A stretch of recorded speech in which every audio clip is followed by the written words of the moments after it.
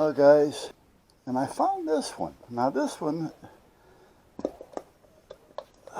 I really don't know what the hell this is because I can't read the label. However, it reminds me of an oil base. Ah, it is an oil base. Okay. Well, as much as I like to use it on here, put some thinner in there, this is kind of on the old side if you can see it. Now, for here, would I care? No, as long as it dries. Now, I am going to put a little bit of this on something just to see. I think I got a crack brush here. This brush is going to be thrown out. What I'm going to do is I'm going to put it where the sun don't shine. Now I'm going to put it right over here just to see if it's going to dry or hold up or what. Because if it does still work, I mean basically dry, this should be okay. I just want to see kind of how long it's going to take it to dry and if it's going to dry. And if so, I can use it. I wonder if I should take that chance or not, guys. Should I? If I go latex, I could probably start using it tomorrow. But you know what? Let's go with the oil. Let's do it. Let's just do it. Yeah, we'll do it.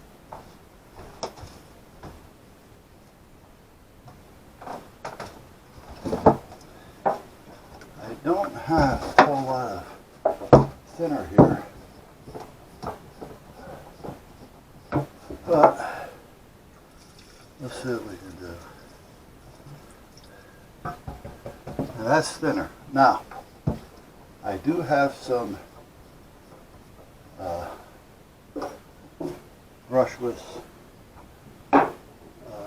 spray gun cleaner here, which can also be used if I really think I need it.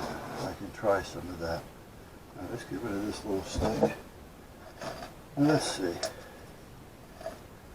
Let's just see what we can do here. I don't have any oil or anything. Or dryers. Let's see how this accepts the thinner.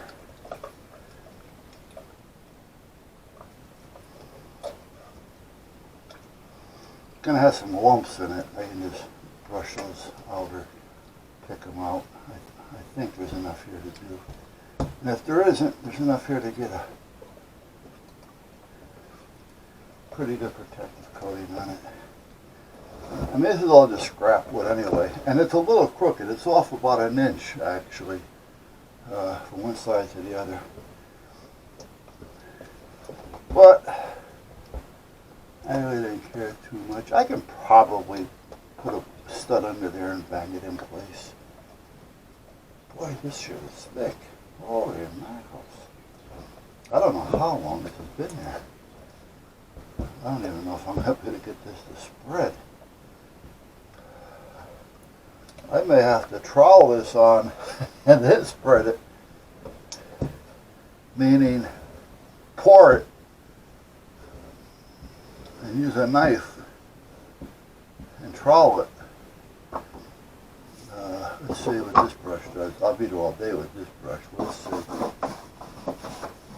Yeah, it doesn't want to spread. And the brush is falling apart. Oh, goody goody. Okay, goody goody for the brush. You chickened out on me, huh? It's coming apart as we speak. Alright. Well, let's throw you away. This isn't the best brush in the world, but it's a good brush. So let me do this first. Hold on a minute, guys. You know, when I picked this up, it says paint sprayer cleaner. Cleans all in one step, which when you have, I used to have a big sprayer actually, a large commercial type sprayer. Gave it to my son when he decided to do what he was doing and to add to his business. So, but anyway, this is what I used to use. It works on latex or oil. You run it into the pot, and then you just run it through the brush. You know, let it sit, let it sit, and it actually lubricated and cleaned at the same time. So it wasn't a bad thing. However, it doesn't always want to work on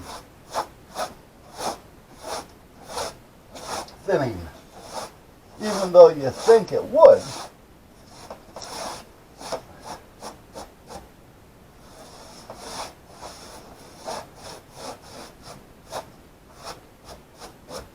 Alright, now, this is not the way to do this, guys, so don't take this as being an educational. Maybe as to not what to do, but because this paint is old, it's got clumps, as you can see. There's just no way that I'm going to make this work by just using a brush. I'm going to probably have to get a putty knife and trowel the crap out of this, but let's just see. Yeah, see, that's not going to work. And then get a wall knife. And then I can get all that glump out of it at the same time. Hopefully.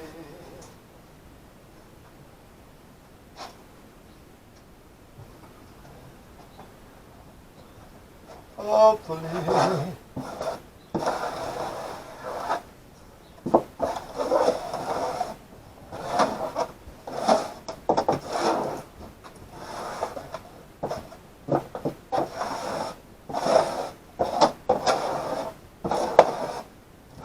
Like I say, is this the right way to do this? In this case, yeah, because I'm not going to sit here and deal with this thick, lumpy, bumpy paint. If I was able to thin it a little more, I would brush it. But as you can see, I didn't have any more thinner. And I really don't want to use the other stuff because I don't know how it's going to react to this paint. I never used it as a real thinner. I've used it as a cleaner, but never as a thinner.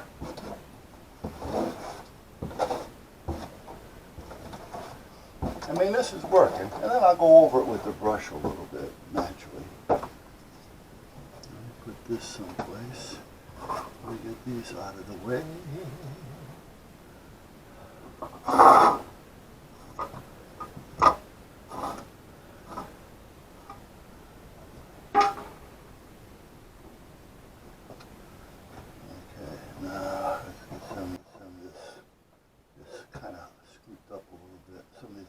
And bumps, and I'll let them kind of drain off over here on the other side. I gotta put some of this on anyway, but let that do what it's gotta do until I get this where I need it to be.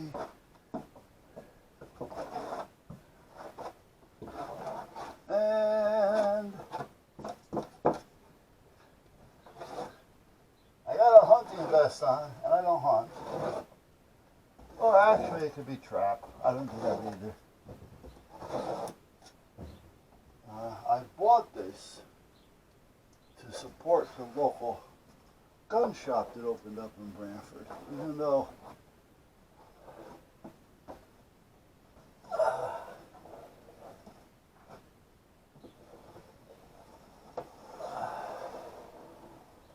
I knew they weren't going to make it. They just didn't have the attitude, the experience,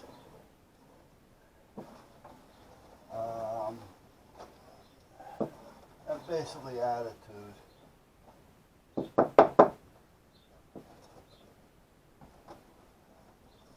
know, they were in business, they knew it all.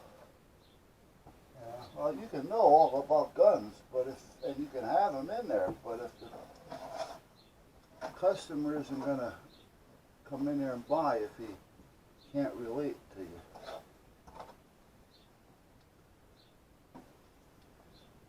Or if you go in and they insult you.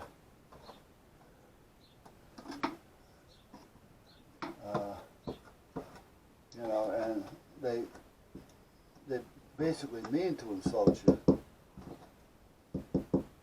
and ruin it for somebody else. Basically, they were trying to take business from somebody. I was in there one day, and a couple came in, husband and wife, and they were relatively new into it. He had a little bit of a knowledge base, and apparently they took a class. Well, they didn't take it from them. So right off the bat, yeah, they didn't get the right one. Now, I'll say that sometimes, but I say, you know what, if you walk away with something, it's better than nothing. But there's always that but, that, you know, they're new, they just don't understand it themselves. They know it, but they don't know how to get it across to the student. There's a lot of variables when you teach classes. It's not like just me sitting here doing what I do, just screwing around in the shop like I do. It's a whole new me when I put a gun in my hand. But I look at everything as if it could be. For instance, I was cutting along one day with a push mower at one of our properties, and the tenant comes out and she just wants to stay in there and bullshit. Well, I got to cut lawn. I got to move on here. And she's standing right where the chute is. You know, it's a push mower, it's a power mower, but she's standing right there. And I keep telling her, excuse me, move, move. You know, and she just couldn't understand why. Well, there's a few little rocks here and there, and there's a possibility that if one shoots out, they can very easily shoot up and hit her in the face or break her glasses. So, when you take a safety class, anything that can fire a projectile, you start looking at it differently. And a lawnmower, even though it's only cutting lawn, it can fire a projectile. I think Mythbusters did something on that at one time. Alright, let's get this up out of here. Put that there. Now I got enough gunk over here to paint a house. Okay, well that's going to be one big old heavy coat there. So anyway, make a long story short, this couple's in there and they're looking to buy a gun. Now, apparently, the person that taught him, when it came to the pistol, used the term semi-automatic. And there's nothing wrong with that, because a lot of people call it that.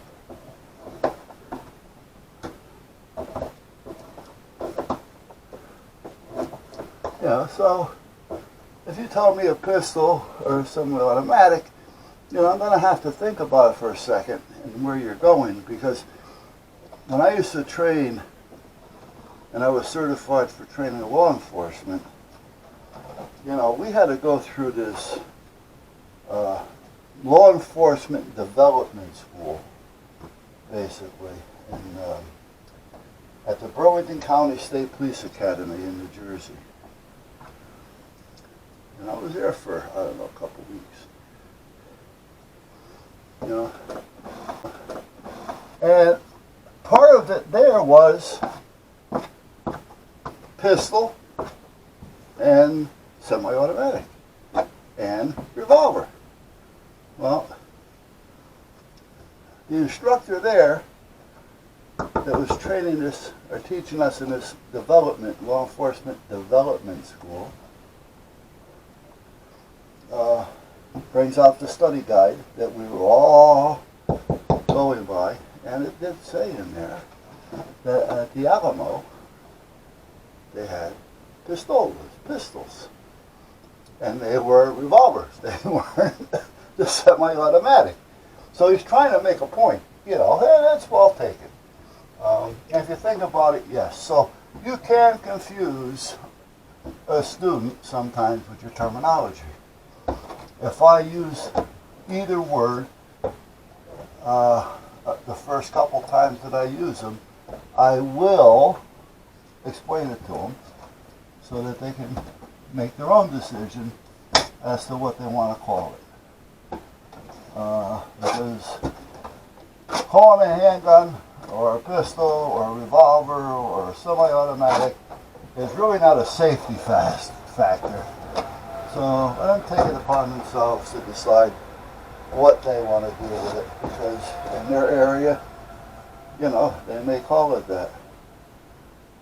So, but anyway, I keep getting off track here, guys. Well, you know me. So this couple comes in there and they said, we want to buy a gun, the husband. And he's got the wife with him. You know, he's buying his first gun. This is a big deal to him. You know, he feels like, wow, you know. And he took the class, so he should have some idea. He got his permit, so he should have some idea. Now, what he took out of the class is another story.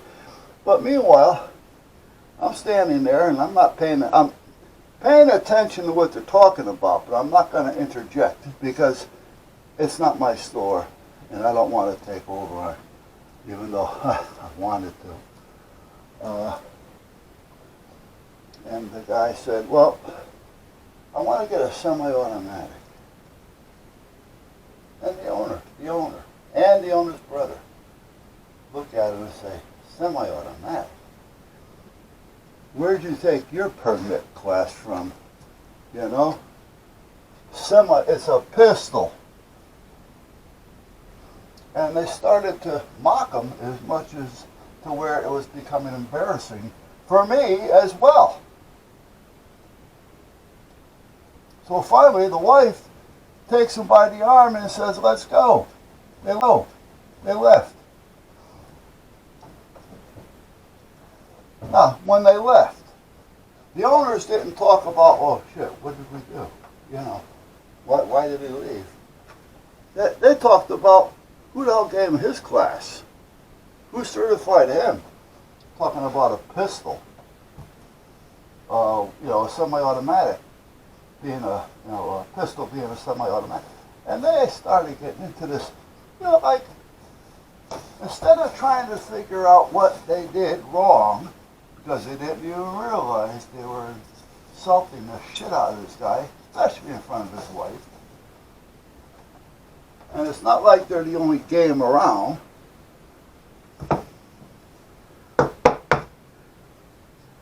And they walked out. Now, I wanted to say to them why, but you know what? They wouldn't have listened anyway.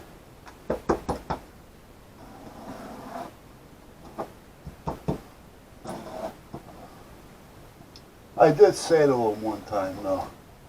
I said, when the Alamo was going strong, I says, and they were using guns there. Yeah, what were they using? No pistols. I don't remember them having so-called semi-automatics back then. Because they did. They were pistols. Did you not understand where I'm going with this? They didn't. You know, like I said. And then I told a friend of mine, as well as Tom, because Tom used to go there with me. After we have coffee, we'd swing by and we see the boys, you know, and visit with whoever else was in there. You know, it came a little bit of a hangout, but not a big hangout.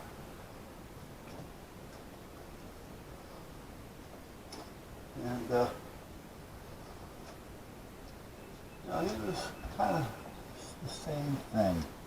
So I told Tom, I says, Tom, I don't think they're going to be there for much more than 2 years. I say 18 months to 2 years.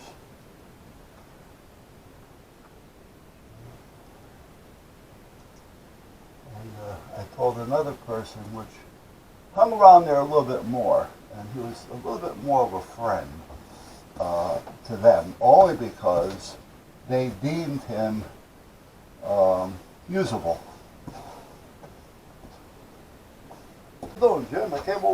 coffee. I was just at your store, you know. Not going to happen. But the smaller places, why not? You know? Alright, now I'm looking for that. Oh, here it is. Alright, I don't want to touch anything, so hold on. I don't want to.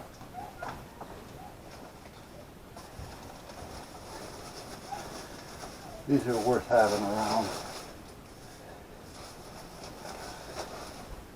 I buy them just for this reason.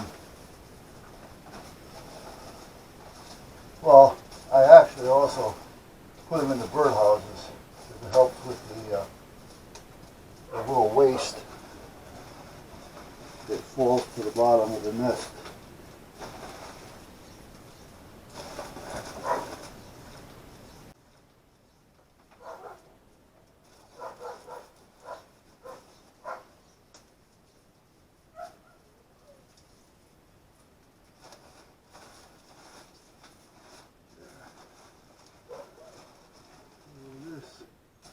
Definitely worth putting down and having oil-based paint.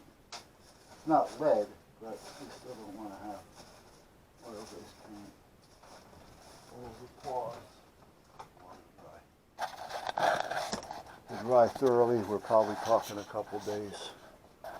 I probably won't be able to use this until, what's today, Friday, Saturday, Sunday, Monday maybe.